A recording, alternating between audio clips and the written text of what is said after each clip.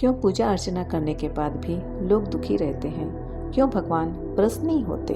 क्या भक्ति की कोई और परिभाषा होती है? माता पार्वती ने व्याकुल होकर महादेव से क्या और क्यों पूछा, और महादेव ने पार्वती के सवालों के जवाब में कौन सी लीला रची? आइए जानने के लिए वीडियो को आरंभ करते हैं।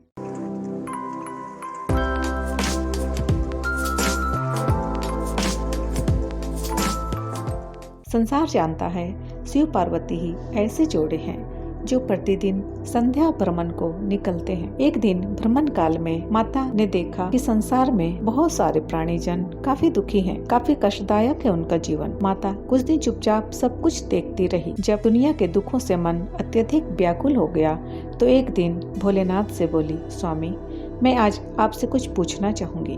कृपा कर मेरे मन में उठ रहे सवालों का जवाब देकर मेरे मन को शांत करें। शिव जी बोले, बोलो प्रिय, क्या पूछना चाहती हो? माता पार्वती ने पूछा, स्वामी लोग इतना कर्मकांड करते हैं, इतनी पूजा अर्चना किया करते हैं, मंदिरों का चक्कर लगाया करते हैं, और फिर इनकी आस्था का लाभ प्राप्त क्यों नहीं होता? क्यों दुखदायक है इनका जीवन? ये सारे भक्त इतनी पीड़ा क्यों सहते हैं, इतना दुख क्यों सहते हैं? कृपया मुझे बताएं। शिव बोले, प्रिय, धार्मिक कर्मकांड होने पर भी मनुष्य जीवन में जो आडंबर छाया है यही अनास्था है। ये लोग धार्मिकता का दिखावा करते हैं, उनके मन वैसे नहीं जैसे ये प्रस्तुत करते हैं। भक्ति को तो दिखावे की आवश्यकता होती ही नहीं। यदि विश्वास नहीं होता तो चलो धरती पर जाकर भक्तों की परीक्षा ले लें। महादेव ने घोड़ी का रूप धारण किया और माता पार्वती ने अति सुंदर साध्वी का। दोनों पति पत्नी पृथ्वी लोक पर पधारे और मंदिर की सीढ़ियों के समीप उसी रूप में बैठ गए। दानदाता दर्शनार्थ आते रहे।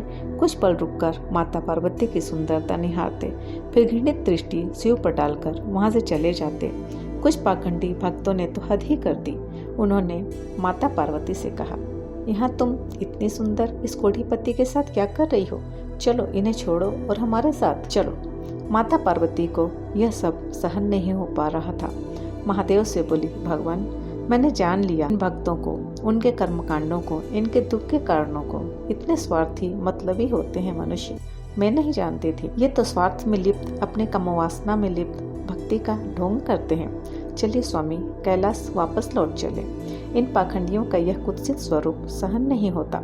महादेव बोले, रुको प्रिय, कुछ देर और सही, कुछ भक्ति और देख लो। इतने में ही एक दीनहीन भक्त वहां आया। उसने माता पार्वती के चरण छुए और बोला, माता आप धन्य हैं जो पति परायण हो, इनकी सेवा में लगी हैं। यदि आपकी आज्ञा हो तो मैं इनके घावों को धो दूं, फिर मेरे पास जो भी रूखा सूखा है वो भोजन हम मिल बांट कर लेंगे। उस दिनहीन भक्त ने महादेव के घावों पर मरहम पट्टी लगाई, फिर हाथ धोकर माता से बोला, माता भोजन ग्रहण करें। उसने माता को भोजन थमाया और पुनः प्रणाम कर आगे बढ़ गया।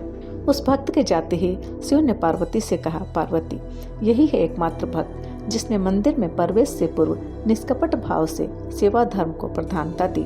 ऐसे लोग पृथ्वी पर गिने चुने ही हैं जो सच्ची भक्ति व भगवान को प्राप्त करते हैं। शेष तो सब बाह्य आडंबर मात्र करते हैं व अवगति को प्राप्त होते हैं। भगवान शिव व माता पार्वती उस दिन भक्त की सेवा से, उसकी सच्ची पूजा व सच्ची भक्ति से काफी प्रसन्न हुए।